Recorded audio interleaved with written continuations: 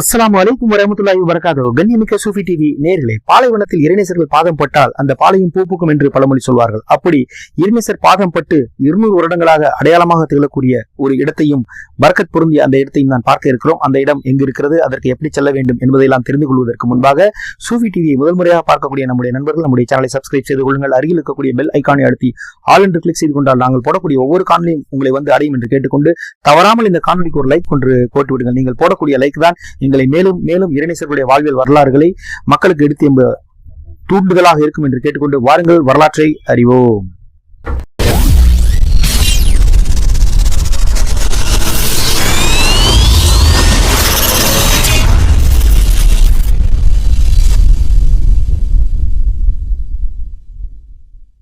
அஸ்ஸலாமு அலைக்கும் வரஹ்மத்துல்லாஹி வபரகாத்துஹு. கண்ணியமிக்க சூஃபி டிவி நேயர்களே, இப்பொழுது நாம் ஜியாரத் செய்ய பயணித்துக் கொண்டிருக்கும் பகுதியானது ராமநாதபுரம் மாவட்டம் பரமக்குடியிலிருந்து சுமார் 10 கிலோமீட்டர் தொலைவில் இருக்கக்கூடிய கார் அடர்ந்தகுடி என்கின்ற இயற்கை சூழ்ந்த கிராமத்தில் தான் பயணித்துக் கொண்டிருக்கிறோம். இந்த கிராமத்தில் வசித்துக் கொண்டிருந்த பெரும்பாலான முஸ்லிம்கள் இடம்பெயர்ந்து மலேசியா, சிங்கப்பூர் உள்ளிட்ட பல வெளிநாடுகளிலும் சென்னை, திருச்சி என்கின்ற தமிழகத்தில் இருக்கக்கூடிய மிகப்பெரிய மாநகரத்திலும் பெரிய அளவிலே வசித்துக் கொண்டிருக்கிறார்கள்.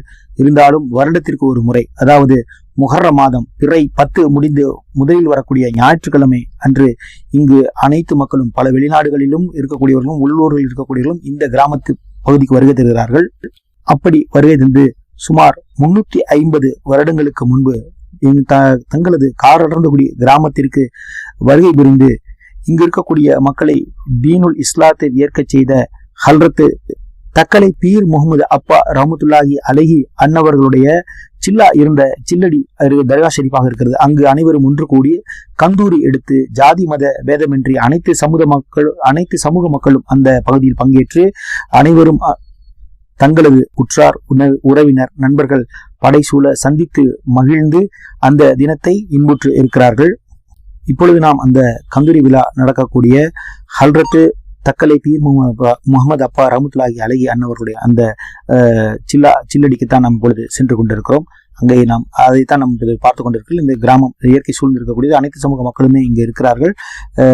இங்கு ஒரு அடையாளமாக இருக்கக்கூடியது ஹல்ரத் தக்கலை பீர் முகமது அப்பா ரஹ்மத்துல்லாஹி அலைஹி அன்னவர்களுடைய அந்த சில்லடி தான். அதனுடைய வரலாறுகளை நாம் கேட்கும் பொழுது சுமார் 300 வருடங்களுக்கு முன்பு ஹல்ரத் தக்கலை பீர் முகமது அப்பா ரஹ்மத்துல்லாஹி அலைஹி அன்னவர்கள் இந்த பகுதிக்கு விஜயம் செய்திருக்கிறார்கள். விஜயம் செய்து இப்பொழுது தர்கா கட்டப்பட்டிருக்கக்கூடிய அந்த இடத்திலே தங்கிதான் சுமார் 40 நாட்கள் சில்லா இருந்திருக்கிறார்கள். 40 நாட்கள் சில்லா இருந்து இந்த பகுதியிலுடைய மக்களுக்கு பல்வேறு உபதேசங்களை செய்திருக்கிறார்கள். அதனால் ஈர்க்கப்பட்ட பலரும் இஸ்லாத்தை ஏற்றிருக்கிறார்கள் என்பதுதான் வரலாறு.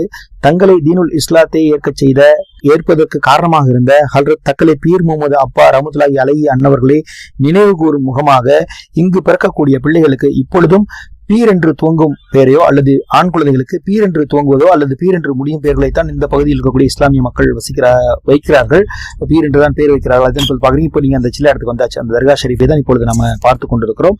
மக்கள் அந்த பகுதி இப்பொழுது வந்து ஊருடைய கந்திரி விழா இருப்பதனால் நிறைய மக்கள் பல நாடுகளில் இருந்தும் பல ஊர்களிலும் இங்கே விஜயம் செய்திருக்கிறார்கள், வருகை தந்திருக்கிறார்கள். அதுதான் இப்போ நீங்க பார்த்துட்டு இருக்கீங்க. இது ஒரு சிறிய கிராமம் தான். இங்க இப்போது ஒரு 300-400 முஸ்லீம் குடும்பங்கள் தான். எல்லாமே வெளிநாட்டுல போய் செட்டில் ஆயிட்டாங்க. மகான் பீர் ஒளிவுலா என்று அந்த போட்டு வச்சிருக்காங்க போர்டு தான் இப்ப நீங்க பாத்துக்கிட்டு இருக்கீங்க. இது வந்து கார் அடர்ந்தகுடி அப்படிங்கிற இயற்கை சூழ்ந்த கிராமம். கார் அடர்ந்தகுடி என்றால் கார் மேகம் சூழ்ந்த ஊர் அப்படின்னு சொல்லுவாங்க. அங்கே இருக்கக்கூடிய பெரும்பாலான விவசாயிகள் தான்.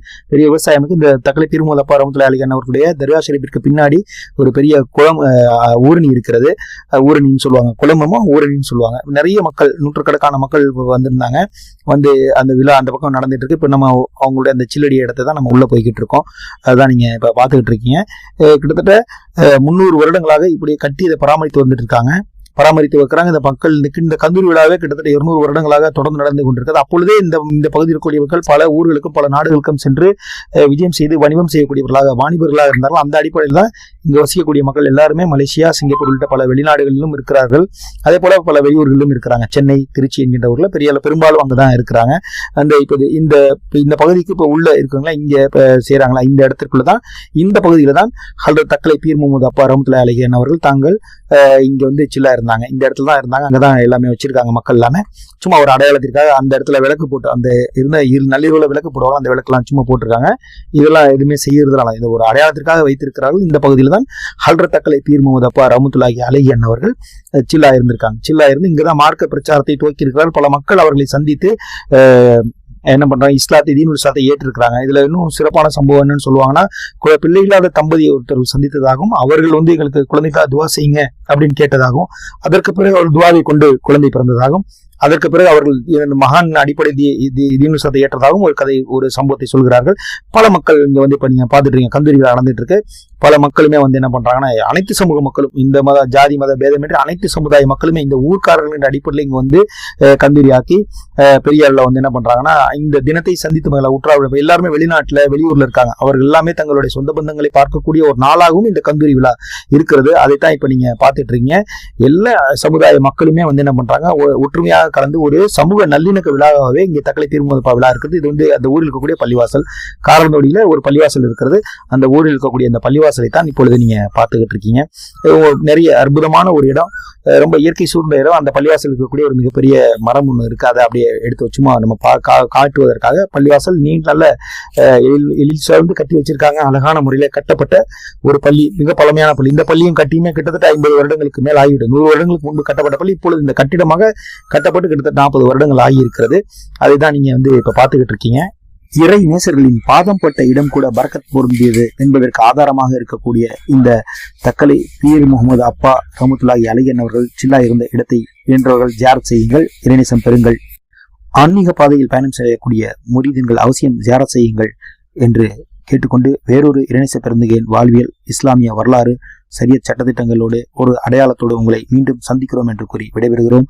அஸ்ஸலாமு அலைக்கும் வ ரஹ்மத்துல்லாஹி வ பரகாத்துஹு.